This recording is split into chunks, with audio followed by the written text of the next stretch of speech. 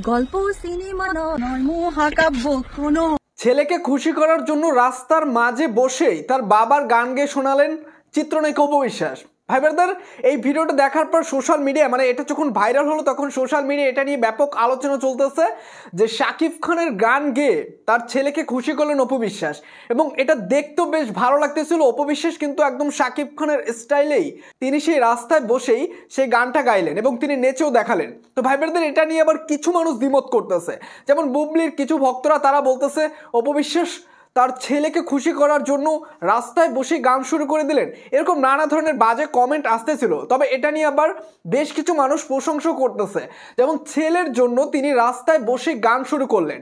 এটা কিন্তু অনেক বড় একটা বিষয়। দেখেন, অপবিশ্বাস তার সন্তানকে খুশি করার জন্য সবসময় নতুন নতুন কিছু করে থাকেন এবং আব্রাহামকে খুশি করার জন্য তিনি যে কোনো কিছু করতে পারেন, আমরা কিন্তু দেখতে পেয়েছি। তবে এই ভিডিওটা দেখার পর আমার কাছে মনে হলো যে অপবিশ্বাস একজন মা আর বুবলিও একজন মা।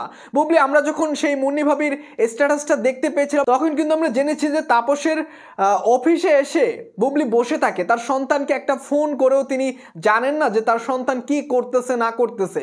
তো এটা দেখেই আমার কাছে মনে হলো বুবলি কোথায় আর অপবিশ্বাস কোথায়। তো এখন সোশ্যাল মিডিয়ায় তো অপবিশ্বাস এবং বুবলিকে নিয়ে ব্যাপক আলোচনা চলতেছে। তো যারা সমালোচনা করেন অপবিশ্বাস এবং বুবলিকে নিয়ে তারা প্লিজ থেমে যান, কারণ বুবলি হচ্ছে পচা আলু আর অপবিশ্বাস কি সেটা আমরা সকলেই জানি। এবং এখন যে ষড়যন্ত্রগুলো চলতেছে অপবিশ্বাসের বিরুদ্ধে, এই যে বুবলির পক্ষ হয়ে বেশ কিছু মানুষ চলচ্চিত্রের হোক চলচ্চিত্রের বাইরের হোক কিছু মানুষ বুবলির পক্ষ নিতেছে এবং বুবলির পক্ষ হয়ে অপবিশ্বাসের বিরুদ্ধে ষড়যন্ত্র করতেছে। তবে অপবিশ্বাস এগুলো কেয়ার করতেছে না, তিনি তার মতনই লাইফটাকে এনজয় করতেছেন তার সন্তানকে নিয়ে। তো ভাই ব্রাদার, এই ভিডিওটা দেখে আমার কাছে বেশ ভালোই লাগছে। আপনাদের কেমন লাগছে অবশ্যই কমেন্ট করে জানিয়ে দেবেন এবং আমার চ্যানেলটিতে নতুন হয়ে থাকলে নিত্য নতুন আপডেটগুলো সবার আগে পাওয়ার জন্য চ্যানেলটি সাবস্ক্রাইব করে রাখবেন।